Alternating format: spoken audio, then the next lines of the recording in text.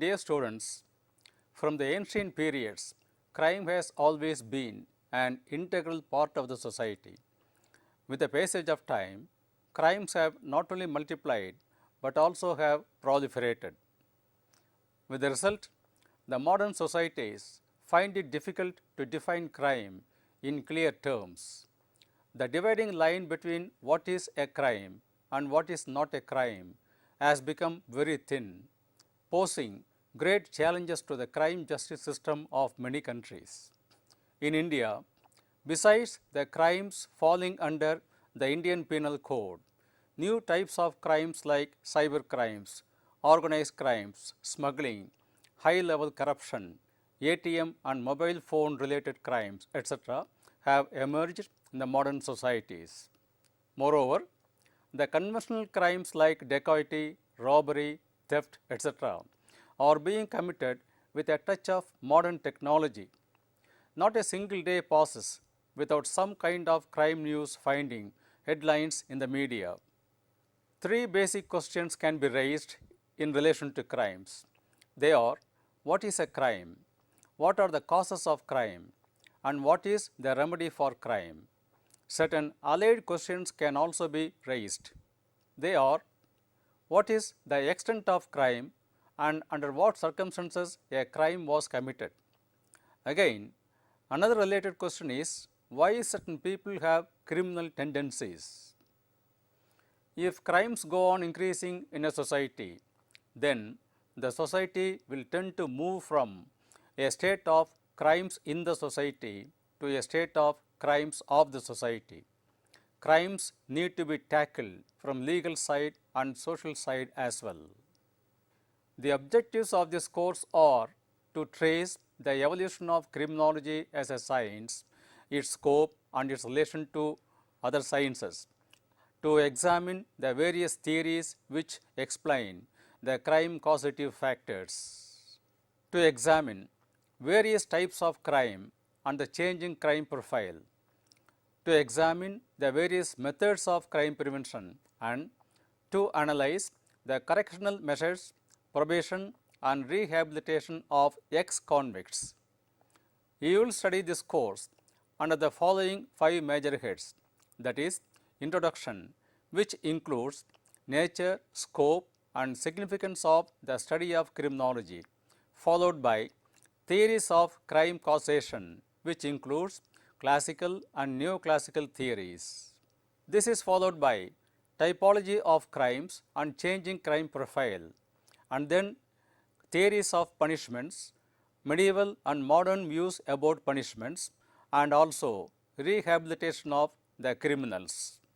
Early attempts on the study of crimes were made by philosophers of various other disciplines such as lawyers, doctors or sociologists and political thinkers. As such, the early thinkers who studied crimes are cited by the history roughly from 1500 AD to 1800 AD. The line of early philosophers who made significant contributions to the study of crimes includes Thomas Hobbes, Martin Luther, John Locke, Voltaire, Jeremy Bentham, Rousseau and Montesquieu. Their thoughts converged on social contract for the sake of peace and order in the society. This later became the basis of modern democracy and the criminal justice system. However, it was Cesare Beccaria of Italy, Jeremy Bentham of England who laid the foundations of modern criminology. Beccaria and Bentham contributed to the notion of punishment according to crime. It is because those were the times when punishments were extremely severe from modern views of punishment. Later, this led to changes in the system of punishment for the better. Inhuman punishments were replaced by more human punishments. These trends created the grounds for emergence of modern study of criminology, which came to be called positivist school of criminology. Bentham's contribution to the study of criminology was very much related to what in modern criminological terms is called correctional administration. He advocated for the improvement in the conditions of prisons and more humanistic treatment of prisoners.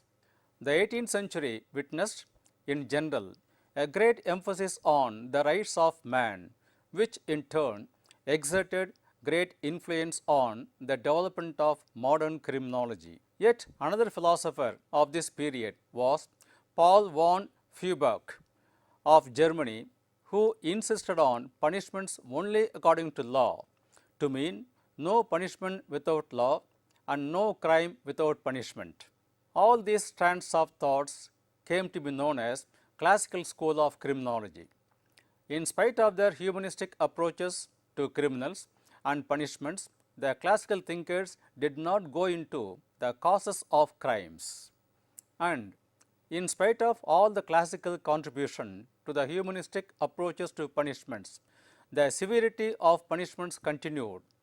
The classical approaches did not distinguish between juveniles and adults. This was then followed by the neoclassical school of criminology, which focused on positivism in the criminological approaches. The first scientific approach of criminology was made by Cesare Lombroso of Italy, who is known as the father of scientific criminology. It was Lombroso who also laid the foundation for the positive school of criminology. This was followed by various approaches to the causes of crimes and correctional measures on modern lines. Now we come to the question, what is crime? The dividing line between what is a crime and what is not a crime has become very thin and therefore raises many controversies. Basically, crime is a social phenomenon and is governed by many factors. What is a crime for one community may not be a crime for another community. For example, the Brahmins observing strict vegetarianism do not accept sacrificing goats or cows at the altar of God they worship. For them, even eating non-vegetarian food is a social crime. But there are many communities which are practicing non-vegetarianism, and for them sacrificing goats at the holy altar is not a crime, it is simply a ritual. Similarly, what was crime in one period or place may not be a crime in another period or place. For example, up to the 1980s, Tamil Nadu was under the prohibition of alcoholic liquors like brandy, whiskey, rum, etc. The country-made liquors also were prohibited. At the same time, the neighboring states of Kerala, Karnataka and Pondicherry were not under prohibition laws. Therefore, during those periods, making or taking alcoholic liquor was an offence in Tamil Nadu, but it was not an offence in some other states.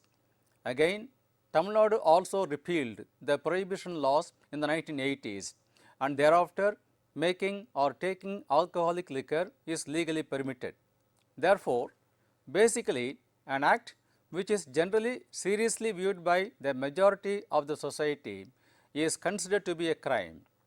Most of such acts have been brought under the laws of the land and are made punishable. In India, the Indian Penal Code brings many acts under such definition of crime and views them as punishable. As such, a very broad-based definition of crime is, it is an act which is punishable under the law. This implies that an act, even if it is accepted by some sections of the community, and if it is defined and considered as a crime under the law, then it becomes punishable. For example, child marriage was widely prevalent in India before independence, and it is practiced even now by some communities which are either ignorant of law or which ignore the law. However, child marriage is definitely a crime under the law and therefore is punishable. Now we come to the need for studying crime. Crime, whatever be its nature and type, is a social phenomenon and a social problem. That is, any act of crime affects the society or part of the society or an individual or an organization. That is, every act of crime creates an adverse impact on the society or someone directly or indirectly. Therefore, it implies that anyone who commits a crime or violates the laws of the land should be punished in a manner appropriate to motive and intensity of crime. This has become the responsibility of the internal security forces like the police and the judicial system of the country. However, then comes the questions why crimes are committed and how to prevent people from committing crimes. These questions need to be answered by sociologists, criminologists and also psychologists. Although crimes cannot be completely prevented, they need to be controlled and checked to the extent possible. This involves a number of measures to be taken in the short period and long period as well. This needs an understanding of the causes of crimes in particular more than other factors. The police by nature cannot do much in this regard. If crimes are not effectively controlled, the people will be under the spell of fear of crimes, which will affect the normal functioning of the society. As I have said in the introduction, such a situation will push the society from a state of crimes in the society to a state of crimes of the society. Then the society will simply turn into barbarism with all extreme forms of violence. In the modern society, it is just a small minority of the society which resorts to criminality. It is this minority which needs to be tackled through measures of deterrence or corrections. Therefore, crimes need to be studied in all details if they are to be effectively prevented and make the society crime free. Now, we turn to interrelations of criminology with other sciences. Criminology is basically a social science. Therefore, it cuts across into all the social sciences like economics, political science, sociology, geography, psychology, jurisprudence, demography, etc. Also, criminology is very much concerned with exact sciences like physics, chemistry, biology, which find a place in the forensic science. Forensic science in turn includes forensic medicine, forensic photography, ballistics, fingerprints and footprints, etc. Investigation of a crime may lead into many of these areas of branches of study. Of late, criminology is also getting closer to the field of management science because many theories of management are being applied to criminology and especially police administration. As the world witnesses increasing crimes of conventional and non-conventional nature, the scope of criminology is also ever expanding. Now, let us see the crime and punishments in the history. Crime and punishments have come through a long history. The ancient history of the continents reveals the social order which contain different types of punishments for various crimes. According to Kramer, the Sumerians were the first to compile laws against crimes. In the early Mesopotamian society, there was a belief that law was derived from the gods. In ancient Rome, systematized law was applied across the Roman Empire. With the rise of sovereignty, courts emerged to deal with criminal justice. Punishments in the ancient and medieval periods were very harsh and severe. Even for crimes of low order, severe punishments like cutting off the fingers, blinding the thieves, or maiming the culprits were widely prevalent in those periods. Only after the entry of the British rulers in India, the severity of punishments was reduced. From 1861 onwards, there were lots of changes in the general administrative systems and the criminal justice system also. The period of Warren Hastings, lot of reforms were introduced in the prison conditions. He was generally known for his humanitarian reforms, even towards jail inmates. However, the rigors of the prison conditions continued. The living conditions in the prisons did not improve even after the reforms of Warren Hastings in 1776. It was only after the beginning of the 20th century the conditions of prisons were improved. The Indian prison administration is a legacy of the British rule. The British governors like Lord Macaulay, Lord William Bentinck, Lord Auckland, etc., introduced a number of reforms in this regard. Lord Macaulay, while presenting a note to the Legislative Council in India on December 21, 1835, pointed out the terrible inhuman conditions prevalent in the Indian prisons, and he termed it as shocking to humanity. He recommended that a committee be appointed to suggest measures to improve discipline in prisons. And now we turn to crimes in the modern society.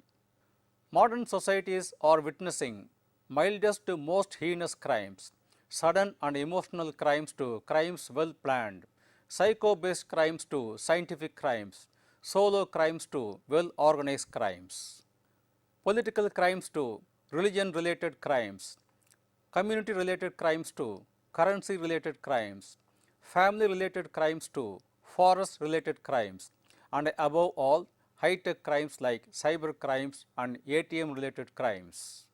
Crimes are thus found in almost all the socio-economic functions of the modern society.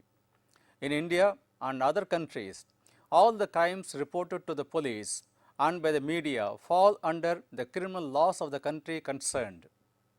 However, most modern types of crimes are yet to find a direct place in the Indian Penal Code.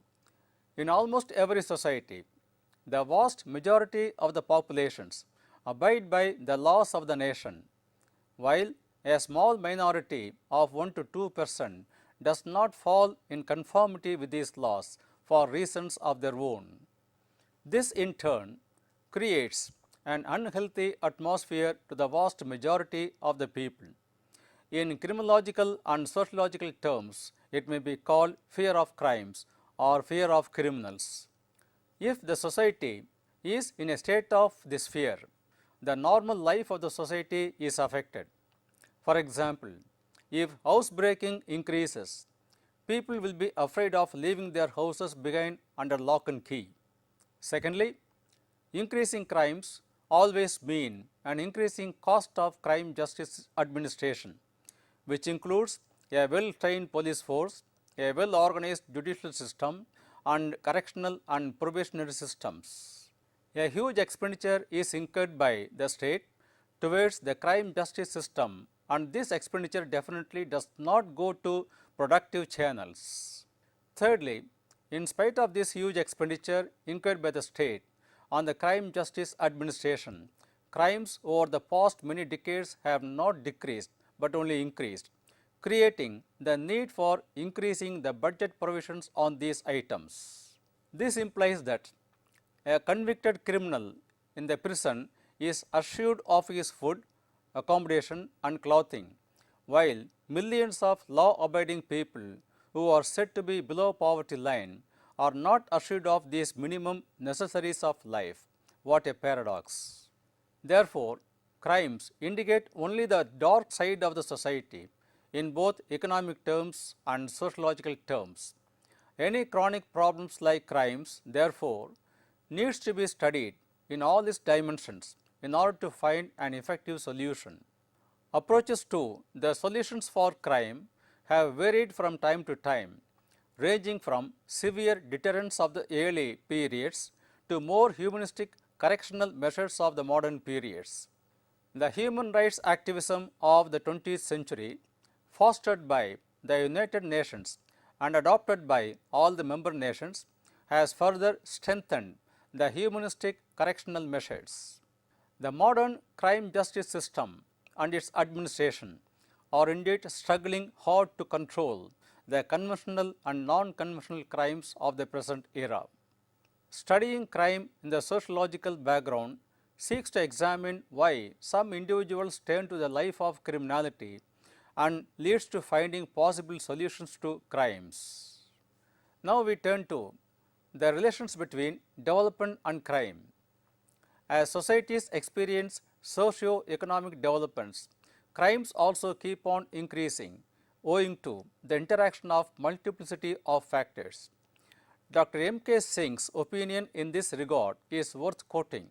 He says, the most perplexing and major concern of all societies today is the growth of crime phenomenon that could reach abnormal and dysfunctional levels. The level of crime is used as one of the indicators in assessing the quality of life and prosperity of the nation. The process of development of a nation has not only witnessed changing socio-economic values, but also the conflicts between these values. These conflicts are seen in the shifting of values from higher order to lower order, from rigid value system to flexible value system, and from spiritual values to material values. Smooth economic development can take place only with a high degree of social and political integration. However, heterogeneous groups emerge with the divergent views and convictions about the positive and negative sides of development. Rival groups or communities which were lying dormant earlier become dynamic and also develop a deviant outlook to the positive and negative changes of development. The very social structure undergoes drastic changes. Yogendra Singh states, serious contradictions have nevertheless emerged as a result of development efforts and achievements. The ideology of consensus has been eroded from the minds of some sections of our privileged classes, which adds a sharper edge to frustrations and anger of working classes, and the gap between the rich and the poor has widened both in absolute terms and relative terms.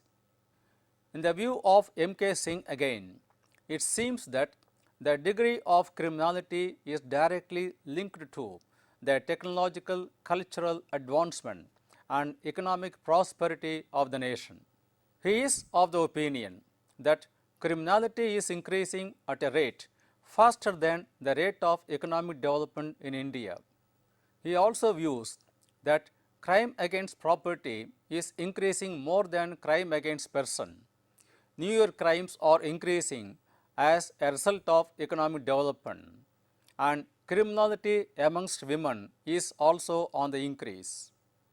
V.J. Kanetkar supports this in his book Future Crimes, as he says, with the population explosion which is occurring almost everywhere, life is becoming more and more competitive and the struggle for existence more and more severe.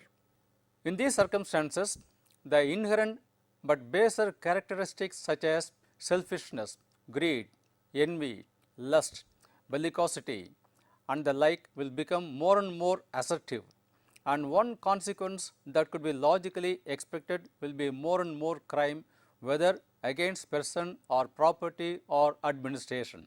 Besides the struggle for existence through rightful means, a craze for more and more out of the society prevails today. This craze is found not only with individual, but also with different competing groups. The socialistic pattern of society, which was the aim of economic planning, has given place to unsocialistic pattern of society in the last 3 decades.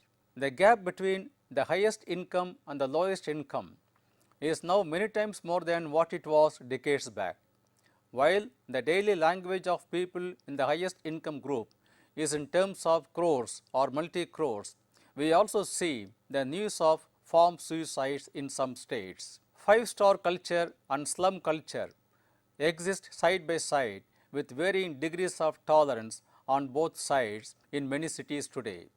One of the class wars of the capitalist society discussed by Karl Marx in his Das Kapital is taking place in the form of crimes with reference to crimes against property. Robbery, burglary, major and minor thefts and even murder for gain have become daily news items of the media. Now, we turn to crime and the media. A controversy often raised by sociologists and criminologists in particular is that the media like films and TV serials very much exhibit violence and other negative sides of the society, and therefore, the profile of society reflects the same. However, the producers of the media report by saying that their products only reflect what happens in the society around. Media are not to blame entirely for the prevailing crime situation in the country. It is also contended that the crime situation in India is at low ebb when compared to highly advanced industrialized countries like US, Germany, France, Japan, etc.